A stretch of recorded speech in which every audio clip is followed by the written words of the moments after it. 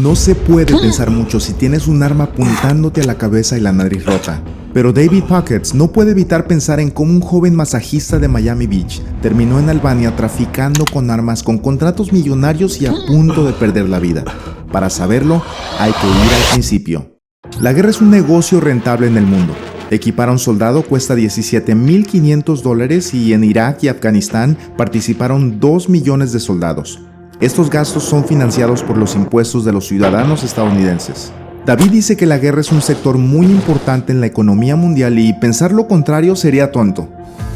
Pero poco tiempo antes de ser golpeado en Albania por vender armas, David es un joven despreocupado viviendo en Miami Beach, donde trabaja dando masajes a personas adineradas. Deseando dejar ese trabajo que odia, invirtió sus ahorros en sábanas de lujo para venderlas en asilos de ancianos, pero su propuesta es rechazada, dejándolo triste y en bancarrota.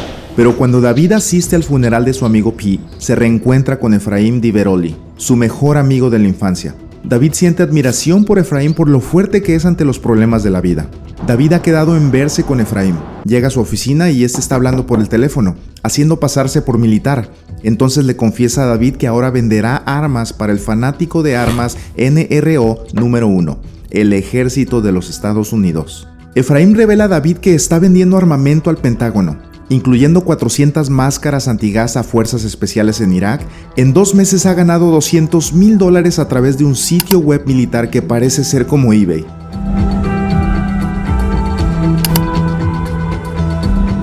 David no puede creer que su amigo gana eso en 2 meses, lo que él tardaría 2 años enteros en juntar. Entonces recibe una noticia que no esperaba. Su esposa va a tener un bebé. David está muy nervioso. A pesar de que sí quiere tener un niño, la situación del desempleo es lo que lo preocupa. Al comentar esta noticia con Efraim, este le pregunta que cómo va a mantener a su bebé, y al verlo tan triste le propone trabajar juntos. A David la propuesta le parece un salvavidas. En las siguientes semanas, Efraim le enseña a David todo lo relacionado con las armas, marcas, modelos, proveedores y cantidades. David revisa varias veces al día la página de contratos de armas del Pentágono buscando oportunidades y hace llamadas a todas partes del mundo todo el día y toda la noche. A los que hacen ese trabajo se les llama perros de guerra y ganan mucho dinero sin poner un pie en el campo de batalla. Entonces Efraim lleva a David a conocer a Ralph Slutsky, el socio que le da el dinero a Efraim para invertir en las armas a cambio del 25% de las ganancias. Luego están en un pequeño bar después de salir de la discoteca cuando David recibe una llamada. Al fin, sus 2 meses de llamadas y correos han resultado. Le está hablando el capitán Santos desde Bagdad, quien le consigue un contrato para venderle al ejército pistolas Beretta, un arma fabricada en Italia. Efraim no lo puede creer. Es un buen negocio que le dejará al menos $600,000 de ganancias y a David $180,000, dinero que jamás hubiera ganado dando masajes o vendiendo sábanas. Pero durante la negociación David no tomó en cuenta un pequeño detalle. Italia tiene una prohibición para enviar armamento a Irak, así que Efraim le da una solución a este problema. Enviarán las armas a Jordania, un país vecino de Irak, y de allí a Bagdad, en donde están las tropas estadounidenses. David se reúne con sus amigos y primos una noche y les cuenta que Efraim robó a su propia familia y que tengan cuidado. Efraim llega inesperadamente a la reunión y le informa a David que deben irse urgentemente a Jordania, ya que sus armas están confiscadas en la aduana. Al llegar, las armas permanecen en un almacén debido a su permiso expirado. Efraim recurre a un hombre que no habla inglés, así que usan como traductor a un niño de 11 años, y luego le dan $1,400 a este hombre, quien finalmente les consigue las armas. Pero ellos mismos, Efraim y David, tienen que llevarlas en un camión atravesando la frontera hasta Bagdad. El camión lo maneja un hombre llamado Malboro, y parten haciendo una de las rutas más peligrosas del mundo. Cuando van viajando por Irak, se detienen a cargar gasolina y son asaltados por hombres armados que les disparan y los persiguen en camionetas y camiones. Ya están a punto de alcanzarlos cuando ven un helicóptero del ejército de los Estados Unidos que llega y les dispara a los hombres que los perseguían, y así pueden llegar sanos y salvos a entregar las armas. El capitán Santos los recibe en persona y los felicita por haber atravesado el Triángulo de la Muerte, como llaman en Irak el paso de la frontera con Jordania. Esta entrega de armas en territorio peligroso les dio fama y comenzaron a tener contratos por todo el mundo. El dinero les llega por montones y los amigos compran 2 carros iguales y 2 superapartamentos en el mismo edificio de lujo. Y como símbolo de que ya no son pobres, Efraín y David juntan las cajas de sábanas de David y las queman. Ralph, el socio inversionista, aumentó su participación y todos celebraron el crecimiento de las ganancias. La empresa AEI de Efraín y David prospera, contratando más personal para conseguir oportunidades con el Pentágono. Mientras la esposa de David ya ha dado a luz a un bebé. Una noche, David se despierta y va a cargar a su hija que estaba llorando y aprovecha para revisar en su laptop la página de negocios de armas del Pentágono. De pronto se tropieza con un negocio de millones de dólares, un contrato realmente enorme. El gobierno está necesitando millones de municiones y miles de armas que serían entregadas en Afganistán. Emocionado, David llama a esa misma hora a Efraín, que vive en el mismo edificio. Eran tantas armas y balas que Efraín pensó que era un error. 100 millones de cartuchos para armas AK-47, y el pedido era real. Para conseguir tal cantidad de armamento, Efraín y David viajan a Las Vegas, donde hay una convención internacional de armas nuevas para el combate en las guerras. Y aunque su empresa no era conocida, ellos iban con todo a ganarse este gran negocio. Durante la convención hablaron con mucha gente. La mayoría les decía que el negocio era bueno y que las ganancias eran enormes, pero había un problema de logística, que era un inconveniente a la hora de llevar esa cantidad de armas y municiones a Afganistán. David se va a jugar blackjack y a beber un poco, y allí conoce a Henry, un hombre que es una leyenda conocido por vender armas de todo tipo. David va a buscar a Efraín a su habitación del hotel y esa misma noche se reúne con Henry, quien les dice que puede conseguirles todo el pedido. Efraín no lo cree. Les recuerda que son 100 millones de cartuchos, pero Henry les comenta que en Albania tiene un arsenal de municiones soviéticas. Y como Albania va a ser miembro de la OTAN, tienen que deshacerse de todas esas armas y municiones, las cuales venderán a 10 centavos por cartucho. Efraín le pregunta a Henry por qué él mismo no hace el negocio y se gana esa fortuna, a lo que Henry le responde que él le prohíben hacer ese tipo de negocios ya que está vigilado por terrorismo. David tiene dudas, ya que Henry está en una lista supuestamente ligada al terrorismo. Pero Efraín lo convence diciéndole que este es su trabajo, hacer negocios con tipos como Henry, porque el gobierno de Estados Unidos no lo puede hacer directamente. Henry los pone en contacto con los vendedores de Albania y entonces llegan a ese país que ni saben que existía.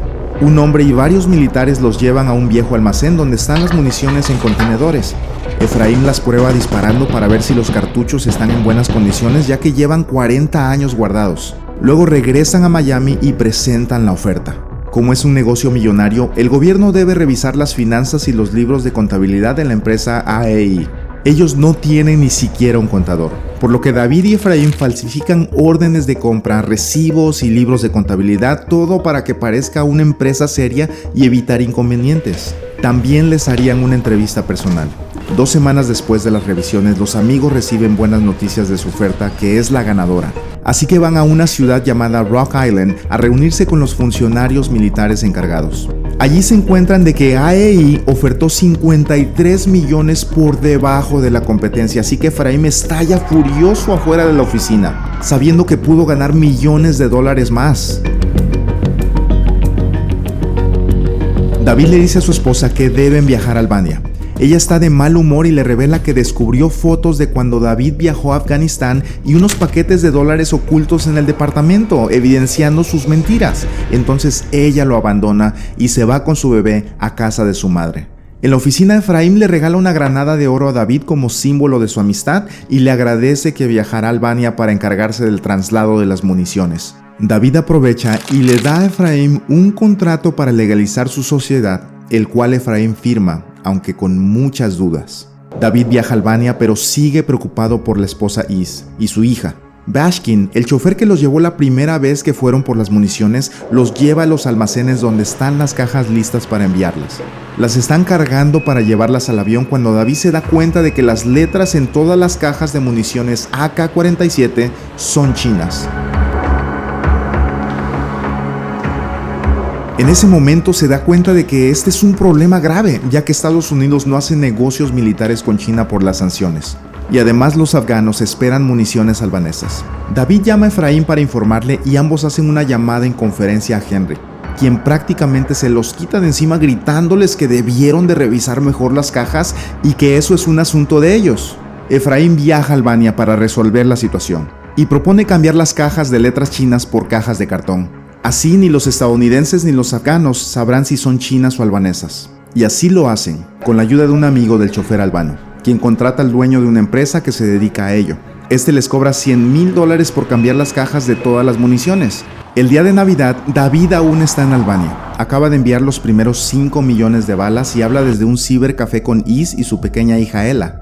Luego recibe una llamada de Efraín para decirle que Henry le paga al gobierno albano 2,5 centavos por cada cartucho, obteniendo ganancias mucho más grandes que las de ellos, que fueron los que consiguieron el negocio con el gobierno. David le recuerda que todos están ganando y que se calme, pero Efraín está muy vengativo y ambicioso, y quiere dejar afuera del negocio a Henry. Unas noches después, mientras David duerme en el hotel, entran unos hombres armados y se lo llevan a la fuerza. Los hombres tienen la cara tapada, lo meten en una parte trasera de un carro, se lo llevan a un terreno solitario y lo ponen de rodillas y lo golpean fuertemente en la cara. Entonces logra ver a Henry que le apunta un arma directo a la cabeza y le pregunta que si creía que lo iban a dejar por fuera del negocio. David ruega por su vida. Henry lo deja vivir y lo abandonan allí. Más tarde, David va al almacén donde están cambiando las cajas de las municiones. Está decidido a irse de allí en cuanto antes. Quedarse es demasiado peligroso. El encargado de cambiar las cajas le dice que necesita que le pague, pues no ha recibido dinero y necesita pagarle a sus empleados. David le promete que al llegar a Miami le pagará todo y se sube a un taxi. Pero en eso llega uno de los empleados con la esposa de Bashkin, quien le dice que lo está buscando porque está desaparecido. Pero David dice que no sabe dónde puede estar y simplemente se va. Al llegar a Miami, David va a la casa de Is y le dice toda la verdad, que está arrepentido y que volverá a ser terapista de masajes, por lo que ella lo abraza emocionada. Luego se dirige a la empresa y entra a la oficina de Efraín, dándole un papel con la cantidad de dinero que le corresponde, y le recuerda que tiene un contrato. Efraín dice que no le dará nada. Entonces David va a su oficina y no encuentra el contrato que había firmado.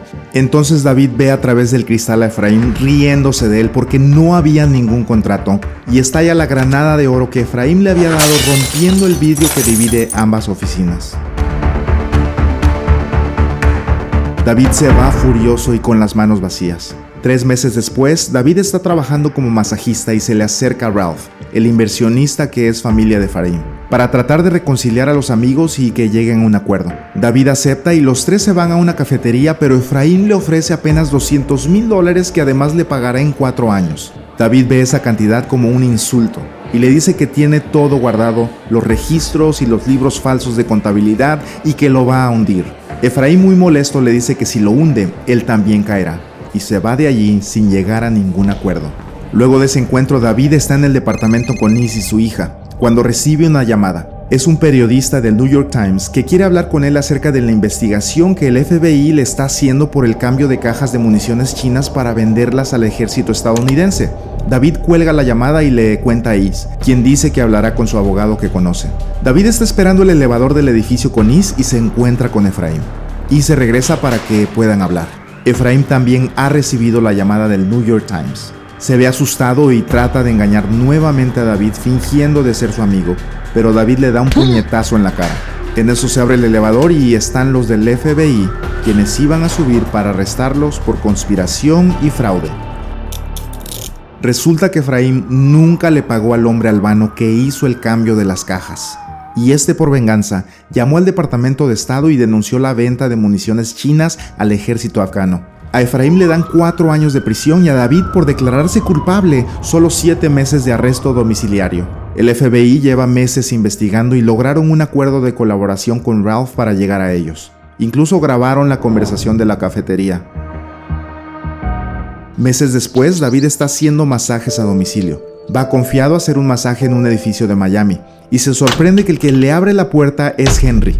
Le dice que no tenga miedo, que si quisiera verlo muerto ya estaría muerto. Lo hace pasar y le agradece por no haberlo nombrado en todos los interrogatorios que le hizo el FBI. Así que en agradecimiento le da un maletín con dinero, una parte de las ganancias del negocio afgano. David no lo puede creer, no se irá con las manos vacías después de todo.